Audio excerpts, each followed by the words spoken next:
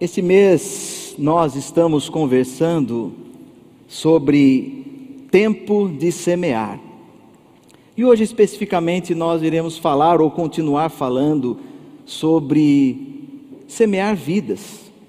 É para isso que Deus nos chamou, para cuidarmos, cultivarmos, orientarmos, educarmos, treinarmos pessoas. É isso que Deus espera de nós. O texto que nós lemos chama a atenção pelo fato de Samuel, um profeta e também sacerdote, que não vinha de uma linha e uma origem sacerdotal, mas que foi escolhido por Deus para ungir reis, cuidar de pessoas. E aqui no texto bíblico, Samuel sai de sua terra Ramá e vai até Belém, encontrar-se com o filho de Jessé, o belamita, e ali ele unge Davi como um rei. E é interessante nós percebermos que Samuel unge Davi como rei quando ele ainda era muito jovem. Eu fico maravilhado com isso, é motivo de alegria para mim. Imagine você o privilégio que nós temos como igreja de estarmos aqui lidando com os nossos jovens, adolescentes. Imaginamos que atuamos e participamos da formação de alguém que pode um dia liderar o nosso povo, ser prefeito da nossa cidade, ou então governador do nosso estado, e quem sabe até presidente da república. E aí eu pergunto, o quanto você contribuiu para a formação desse jovem? Samuel aqui diante do Senhor se alegrou, porque ele participou da formação do rei Davi. Quando Deus o chamou, ele prontamente atende, vai até Belém e unge Davi como um rei. Eu quero desafiar você e eu a pensarmos, como foi que você chegou até aqui? Porque você está hoje na igreja? Certamente Deus usou alguém ou algumas pessoas para falar do amor dele para você. Isso, falar do amor e sobretudo viver esse amor, é plantar a semente de vida. É o tema, o título do nosso sermão. Plantar semente na vida, no coração de pessoas. Eu só estou aqui porque ao longo da minha história de vida, o Senhor usou irmãos e irmãs que anunciaram a palavra de Deus.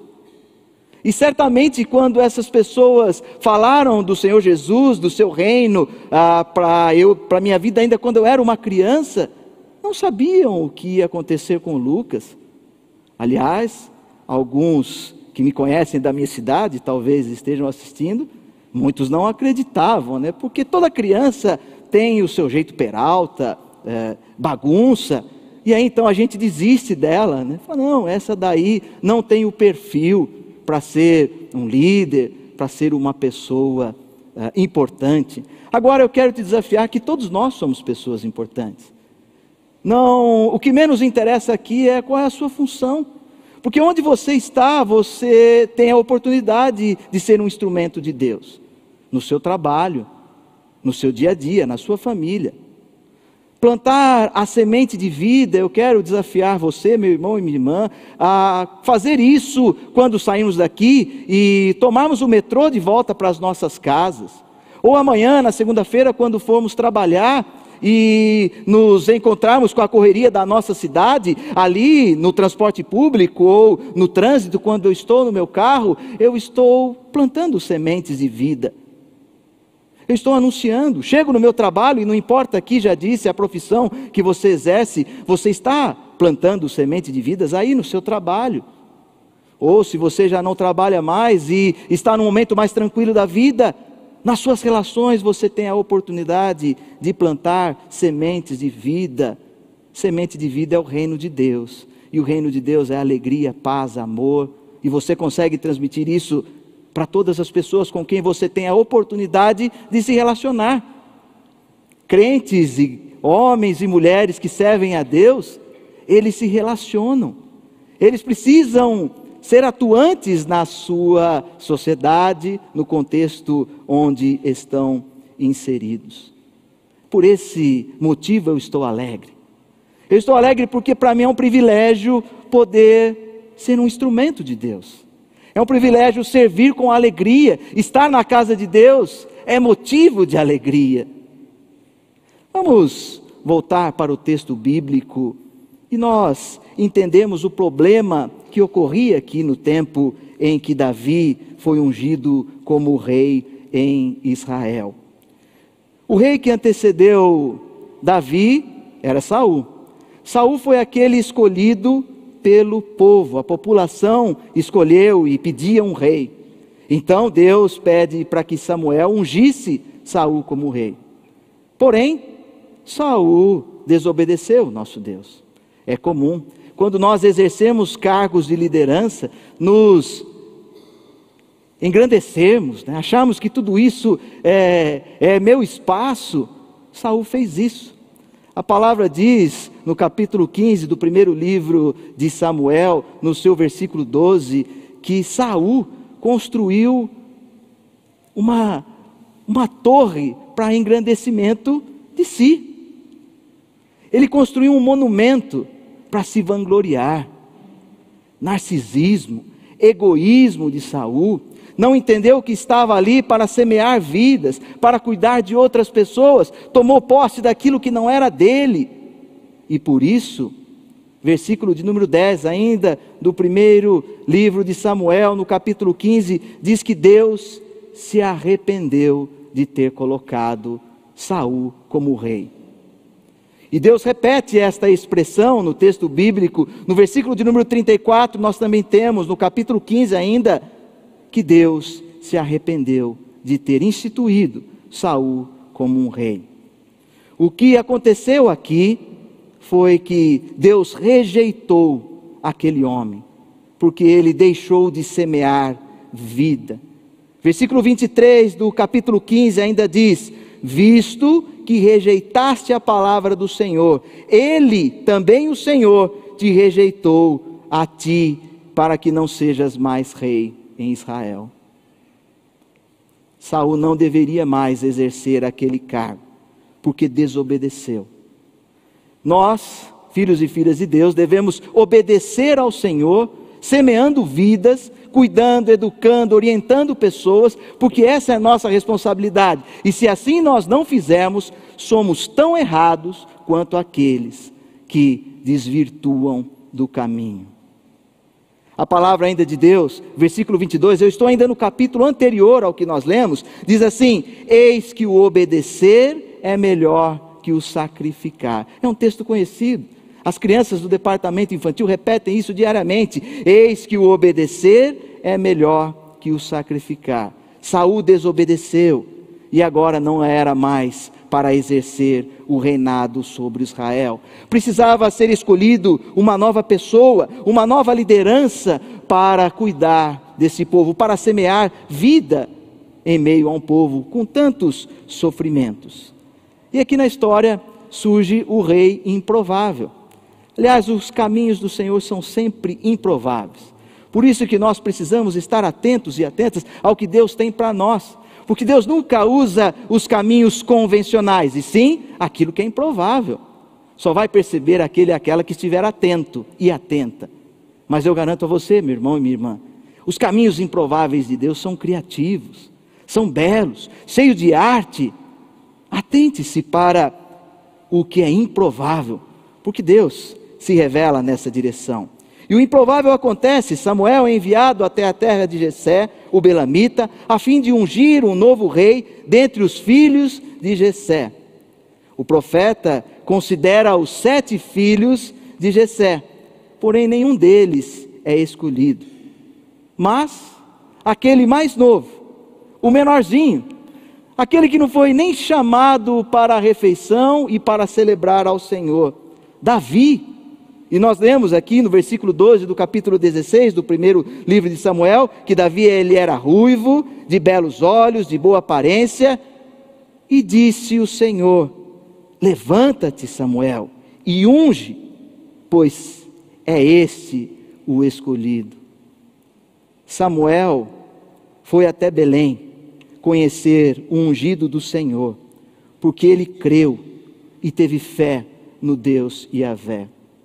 O que nos falta, igreja, muitas vezes, é essa fé, para irmos em busca do novo, do improvável que Deus tem para nós. Se nós continuarmos na mesmice, as coisas não mudam. É importante buscarmos esses caminhos diversos que Deus tem apresentado à sua igreja. E aqui, me permitam os estudiosos da Bíblia, eu vou falar da nossa vida. Sair do texto ou trazer o texto para o nosso dia a dia. Eu quero fazer mais uma pergunta a você e também à minha vida. O que é que nós precisamos levar em conta enquanto semeamos, preparamos, cuidamos e ensinamos pessoas? O que eu preciso considerar quando eu semeio, quando eu preparo, quando eu cuido e quando eu ensino? Algumas questões aqui do texto bíblico que eu quero destacar trazendo para a nossa vida. Em primeiro lugar, quando você ensina, quando você semeia, considere todas as pessoas. Não se esqueça de ninguém. Considere todas as pessoas e não se esqueça de ninguém. Cuidado com aquele primeiro olhar. O nosso primeiro olhar, ele é cheio de preconceitos e de julgamentos. E quando nós olhamos num primeiro instante, eu já começo a olhar, será que esse irmão é capaz? Será que não? Será que ele consegue? Será que o que eu vou falar para ele ou para ela, ele vai conseguir assimilar? O autor bíblico aqui foi muito feliz na expressão, quando ele diz, porque o ser humano vê o exterior, mas o Senhor o coração. O Senhor não vê como as pessoas ou como nós observamos. A visão do Senhor é muito mais ampla. Por isso, quando nós temos apenas um olhar, quando as coisas estão perdidas, e ontem eu conversava com um amigo e disse a ele, olha, meu amigo, no meio do sofrimento você pode encontrar importantes lições.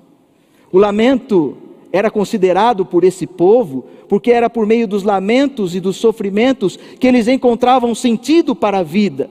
A pior coisa que nós temos é escolher não sofrer. Saul negou que desobedeceu a Deus. Quando Deus pediu para que ele não tomasse nada dos amalequitas, ele mentiu, eu não tomei nada. Samuel percebe os barulhos dos animais, os berros dos bezerros, das cabras, dos amalequitas, ele quis esconder. Ele quis esconder do Senhor e do profeta.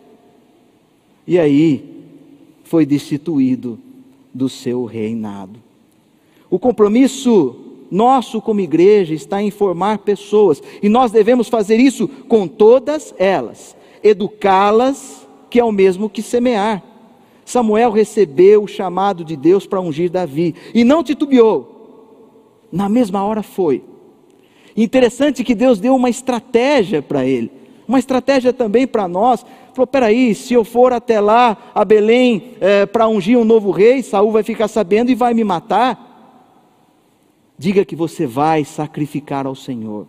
Se nós trouxermos para a nossa linguagem, diga que você vai adorar ao Senhor. Nós orientamos pessoas enquanto nós adoramos.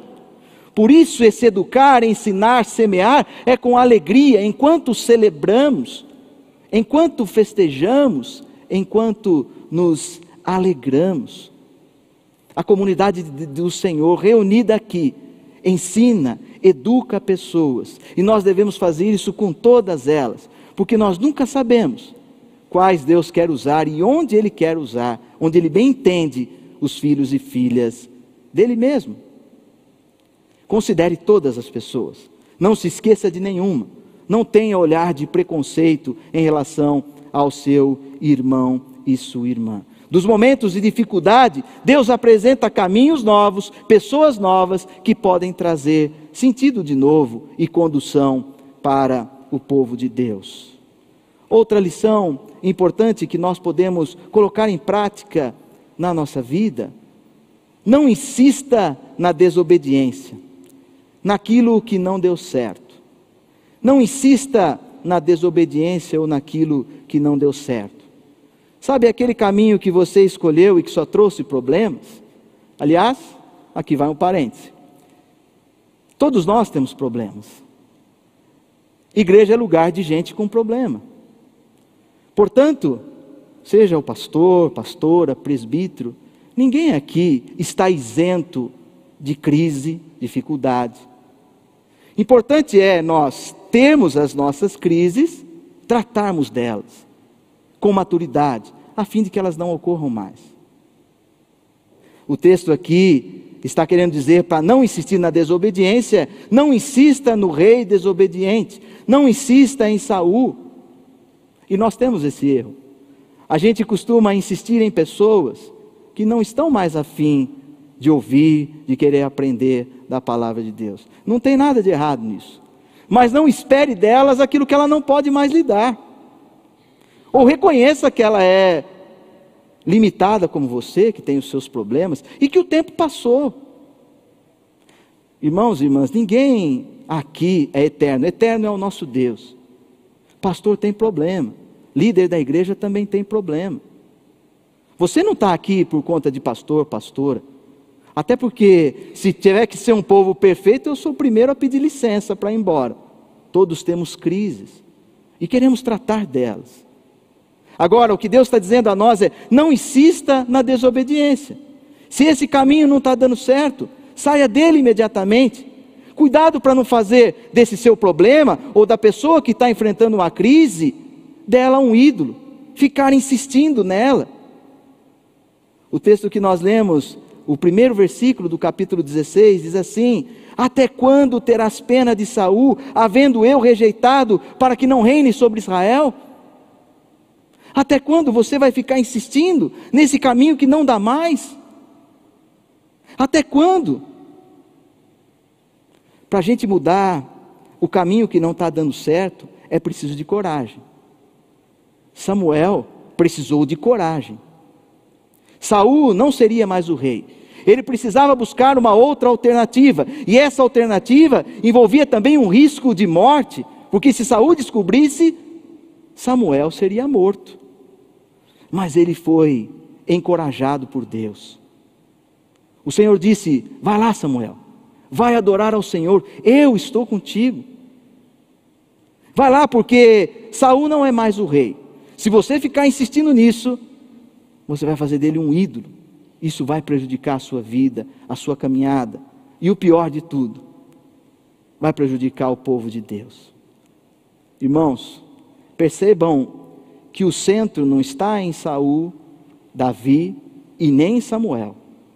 O centro está em o Senhor conduzindo o seu povo. O centro não está em nenhum desses personagens, Samuel, Davi, Saul. O centro dessa palavra está no reino de Deus, que nasce na vida do seu povo. É sobre isso que nós estamos falando.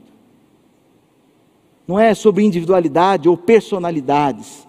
Estamos falando de um chamado de Deus para as nossas vidas. E aí, talvez você diz assim: não é fácil sair da desobediência, mudar o caminho, buscar um caminho improvável. Mas lembre-se aqui, o último ponto que eu quero destacar com você: quem te capacita, ou quem capacita os filhos e filhas do Senhor para semear outras vidas, é o Espírito Santo de Deus. Quem capacita você, quem direciona a sua vida, é o Espírito Santo. É o Espírito que mostra aonde Ele quer que nós atuemos. Esse é o grande protagonista. O Espírito de Deus, a ação de Deus na vida do povo. Versículo de número 13, o último versículo que nós lemos diz: o Espírito do Senhor se apossou de Davi. É Deus, por meio do Espírito, que preencheu a vida de Davi, para que Davi pudesse cuidar, educar e preparar outras pessoas. O poder não é meu e nem seu, o poder é do Senhor. Deus se revela em nós através das suas bênçãos. E Ele nos abençoa para que nós abençoemos outras tantas vidas. E falando de não destacar nenhum personagem central, talvez você fique pensando aí, o reinado de Davi teve sim a sua importância, porque esse servo de Deus conseguiu unir reinos divididos, norte e sul, e Davi teve uma grande habilidade política para resolver um conflito. Sim, teve. Mas o reinado dele também teve o seu lado de tirania. Davi também foi violento. Ele não foi homem perfeito. Como também nós não devemos esperar de ninguém aqui perfeição.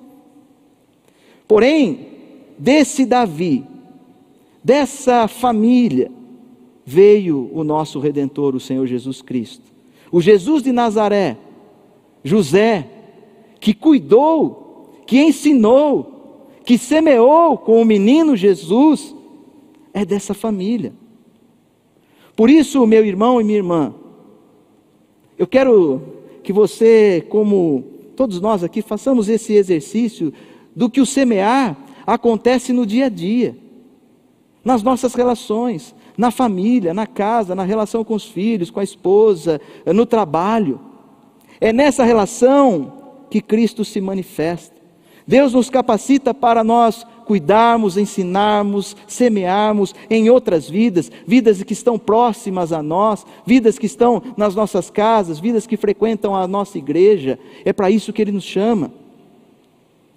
Não pense você que o reinado de Davi foi o destaque por ele ser um habilidoso político. Não. É destacado porque é dessa descendência que veio José, que também cuidou, apresentou o amor de Deus a Jesus, o próprio Filho de Deus. É tempo de nós semearmos nas nossas casas, famílias. É tempo de nós semearmos nas relações de proximidade. Para concluir essa nossa reflexão, que possamos entender o chamado de Deus para cada um e cada uma de nós. Devemos semear, educar, ensinar, treinar, capacitar vidas, ou seja, outras pessoas, fazendo isso, plantando a semente do reino de Deus. E o reino de Deus é o amor, a presença de Deus em nós. Devemos, nessa nossa atuação, considerar todas as pessoas, não nos esquecemos de nenhuma delas. Não insista na desobediência, não seja uma pessoa desobediente, não crie ídolos, todos nós passaremos. Lembre-se que quem capacita, quem te enche, preenche a tua vida, é o Espírito Santo de Deus. E esse Deus vai te mostrar caminhos de vida, caminhos para que você semeie a palavra dEle, onde estiver e com quem se relacionar. Que Deus abençoe grandemente a sua vida. Amém.